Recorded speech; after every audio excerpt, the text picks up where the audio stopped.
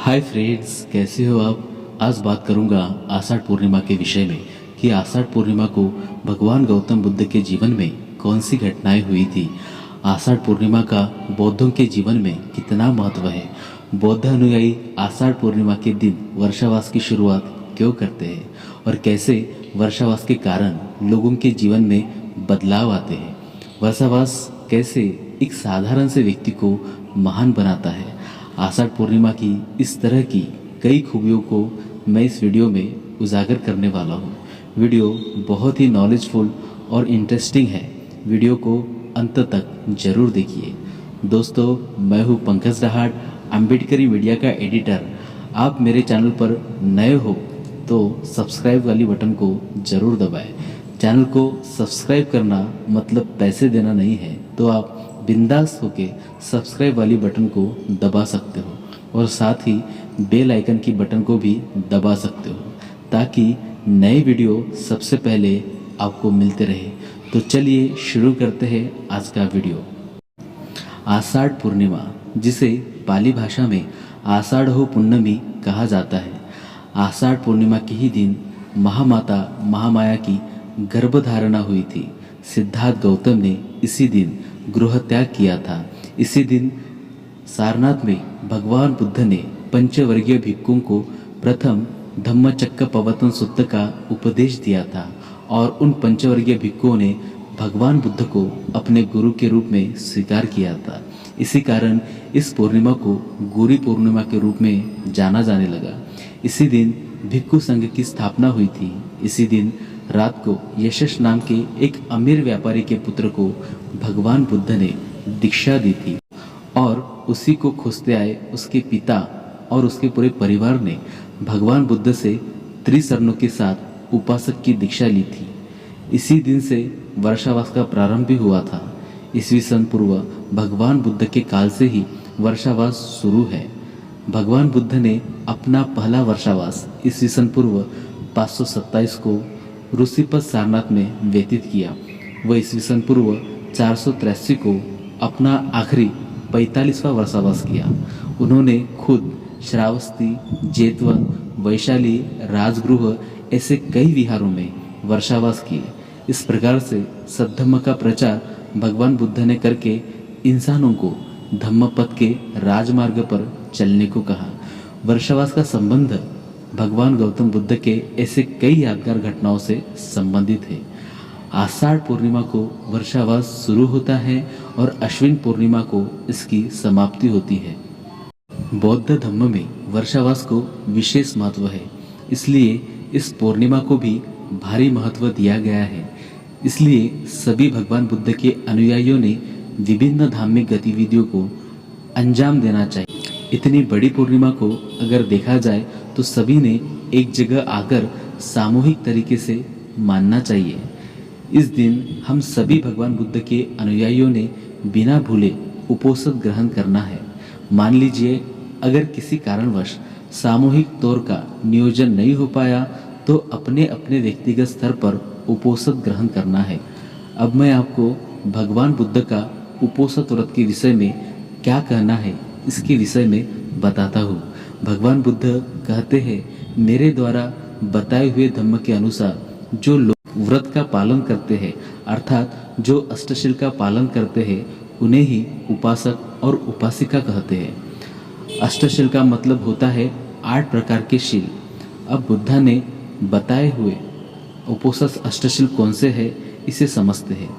जो पहला उपवास अष्टशील है वो है पशु हिंसा से बचना, मतलब कि हमें किसी भी तरह की कोई भी पशु हिंसा से बचना है, पशु हिंसा नहीं करनी है।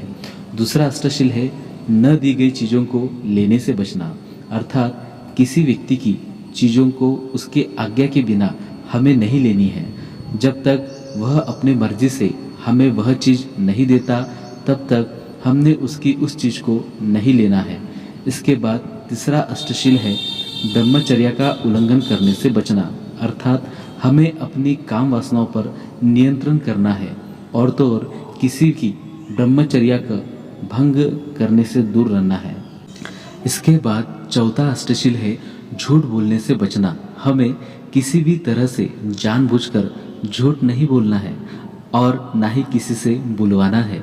इसके बाद पांचवा अष्टशील है शराब और नशीले पदार्थों के सेवन से बचना, अर्थात हमें शराब या किसी भी तरह की कच्ची पक्की नशीले पदार्थों से दूर रहना है।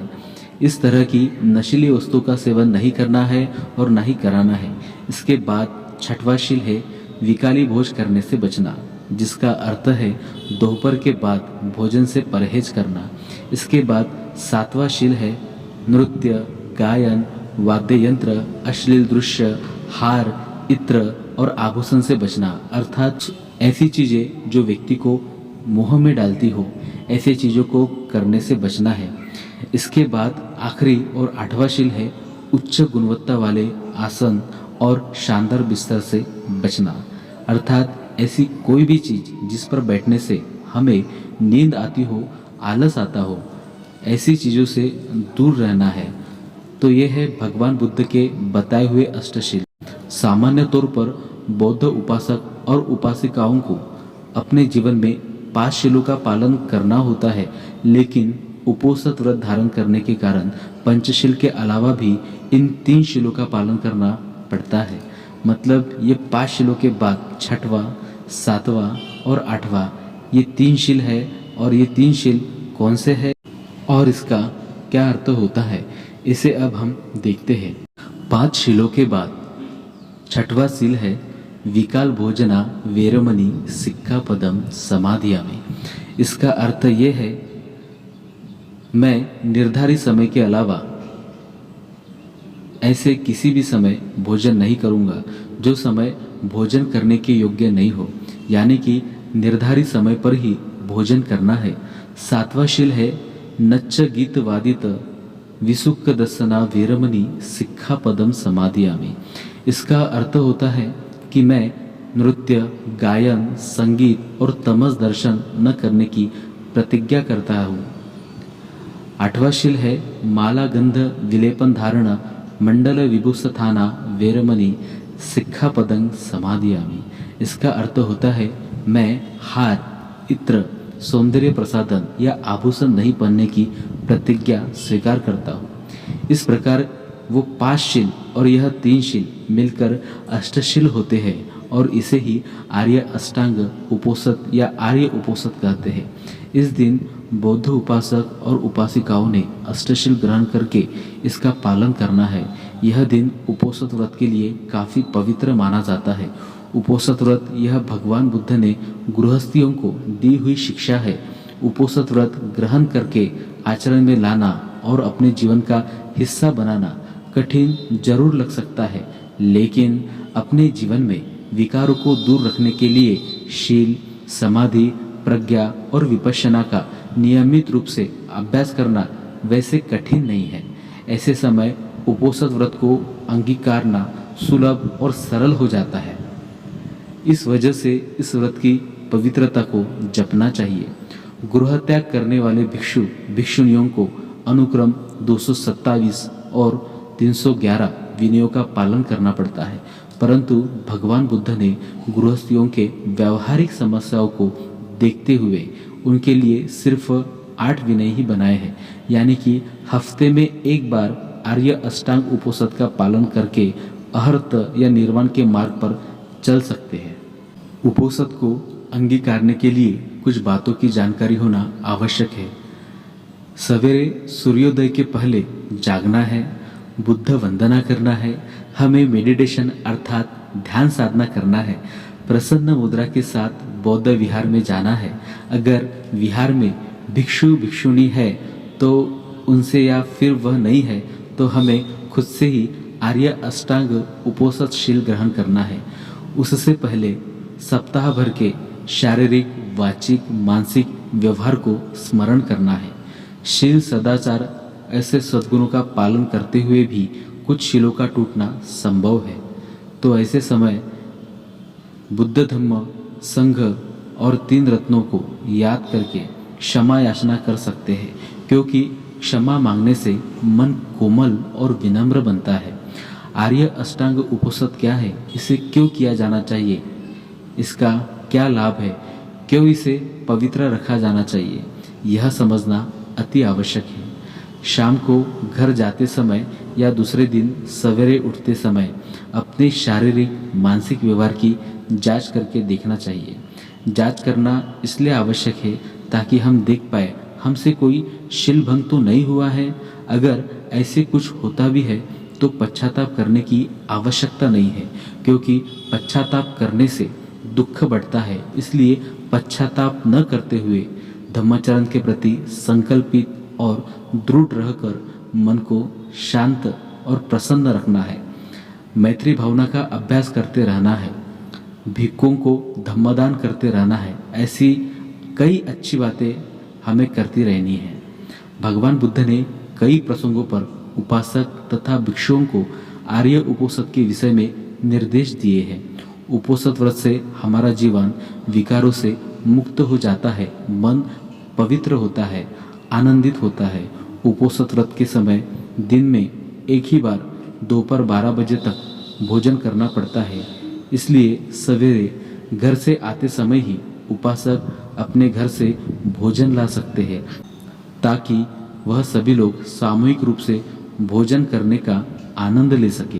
उपोषद व्रत के दिन सवेरे उठकर स्नान करके बौद्धों ने उपोषद व्रत का पालन करने के लिए हर महीने की शुद्ध अष्टमी को, वैद्य अष्टमी को और चांदनी रात्रि की अष्टमी को, वैसे ही अमावस्या के पहले दिन यानी कि वैद्य चौदस को उपासक उपासिकाओं ने विहार जाकर या फिर अपने ही घर में अष्टशील का ग्रहण करना है। यानी कि विहार में अथवा घर में फिर पैरों को मोड़ते हुए बैठकर त्रिवार शरणागमन करना है। नमो तस्स भगवतो अरहतो सम्मा संबुद्धस्स, ऐसा 3 बार कहना है। फिर त्रिशरण कहना है। बुद्धं शरणं गच्छामि, धम्मं शरणं गच्छामि, संघं शरणं गच्छामि। इसे द्वितीयम्पि और तृतीयम्पि के रूप में 3 बार कहना है।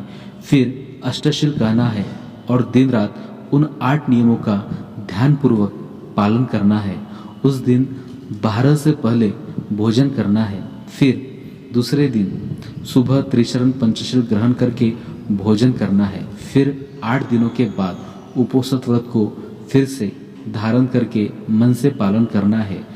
जो गृहस्थ और गृहिणी इस तरह से महीने में 4 दिन जैसे कि बताया है, वैसे ही उस दिन से उपोषद व्रत धारण करके उसका पालन करता है, जो धम्म का अनुसरण करता है, उन गृहस्थ और गृहिणी को उपासक और उपासिका कहा जाता है।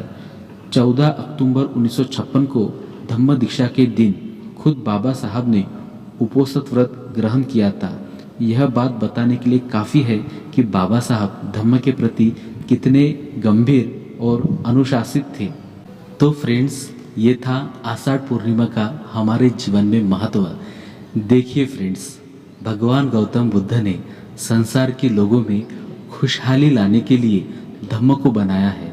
बुद्धा के शिक्षाओं को आप किसी जाति धर्म के आधार पर मत देखिए, चाहे वो हिंदू हो, मुसलमान हो, सिख हो, जैन हो, ईसाई हो, पारसी हो या अन्य किसी धर्म का हो। अगर ये सब लोगों में समानता का भाव आता है, खुशहाली आती है, तो फायदा सबका होता है। खुशहाली आएगी तो फायदा सबका होगा। दोस्तों, बाबा साहब यही चाहते थे कि देश में खुशहाली आए। इसलिए बुद्ध से बढ़कर क्या हो सकता है, जिनको पूरी दुनिया ने प्रेम, समानता, बंधुता और शांति का प्रतीक माना है। ऐसी बुद्ध की शिक्षाओं को हमें पूरे भारत के लोगों ने मानना ही चाहिए, क्योंकि फ्रेंड्स, भारत के खुशहाली का सवाल है।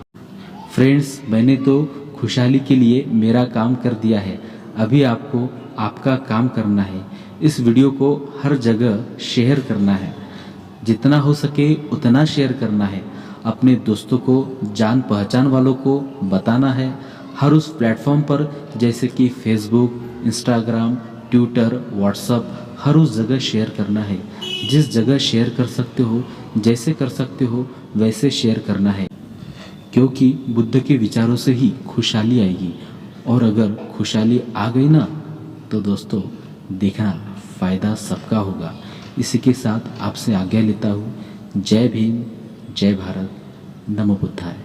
सब्बे सत्ता सुखी होन्तु, सुखी होन्तु चखेमिनो, सब्बेपि भद्रानुपसन्ति, मा कच्चिदुःखमागमा।